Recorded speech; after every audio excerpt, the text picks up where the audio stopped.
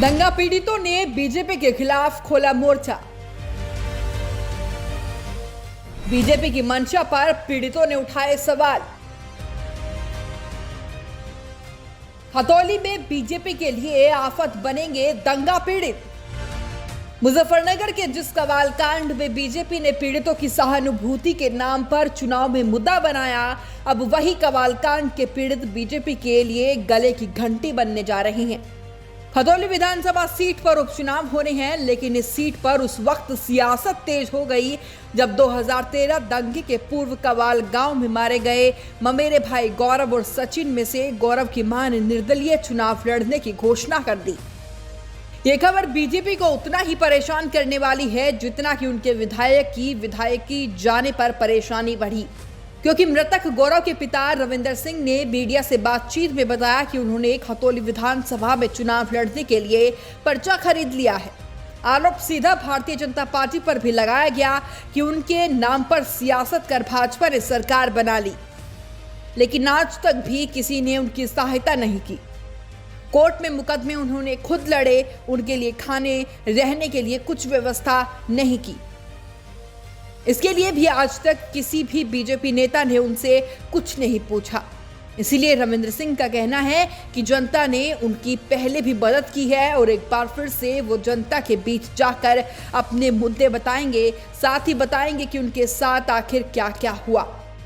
पर्चा खरीदा, आज चुनाव लड़ाऊंगे अपनी पत्नी को, सुरेश देवी उसका नाम है, और हमने निर्णय इसलिए लिया कि 8 साल हो गए, 9 साल हमें सारे चीज़ भुगत, तो ना कोई न पूछता भाई तुम भूखे हो, प्यासे हो, कैसे हो, कैसे। आज तक किसी ने कोई पता नहीं लिया, ना हमारी कहीं किसी ने कोई मदद करी। जनता ने मदद करी, जनता का धन्यवाद। अपने मुद्दे लेकर जनता के बीच जाएंगे, अपना दुख दर्द जनता को बताओगे। हमें जनता ने मौका दिया, जनता की सेवा करने के लिए चुनाव लड़ने का मन बनाया। पीड़ितों ने बीजेपी पर आरोप लगाया है कि दंगों के दौरान बीजेपी के नेता उनके साथ खड़े दिखाई दिए थे, लेकिन इसके बाद किसी भी कोर्ट या मुकदमे में इनकी कोई मदद नहीं की गई। अब उनका परिवार 302 के मुकदमे झेल रहा है। हर चुनाव में दंगा मुना लेंगे, हम भी इन्हीं के साथ हैं। हमें क्या पता ये इसी तरह करें, हम आश्वासन दोगे हाँ यो करेंगे, इबका करेंगे, इबका करेंगे। हम तो निराश हो गए और इस मुकाम पर पहुँचे। इबका फिर एक बाइट आई हमारे मंत्री जी की, जो मुजफ्फरनगर में दुख के घड़ी में साथ था, उसे वोट मिला या किसे मिले, जो भी उन्होंने दी, भाई का मैंने दंगा बुनार नहीं दें। हम चुनाव लड़ेंगे, सबको बताओगे सब बात।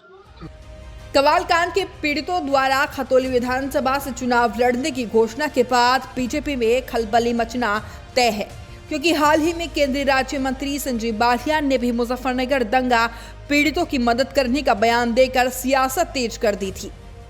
अब जब वही पीड़ित परिवार सरकार के खिलाफ मोर्चा खोलने की तैयारी में है, जिससे बीजेपी की परेशानी जरूर बढ़ सकती है। ऐसे में बीजेपी के लिए खतौली सीट फिर से निकाल पाना जरूर अब टेढ़ी खीर बनता जा रहा है। Bureau report, news 80 desk.